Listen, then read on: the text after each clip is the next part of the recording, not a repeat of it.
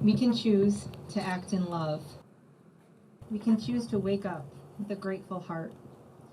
We can think of others before we think of ourselves. We can substitute complaining with positivity and gratitude.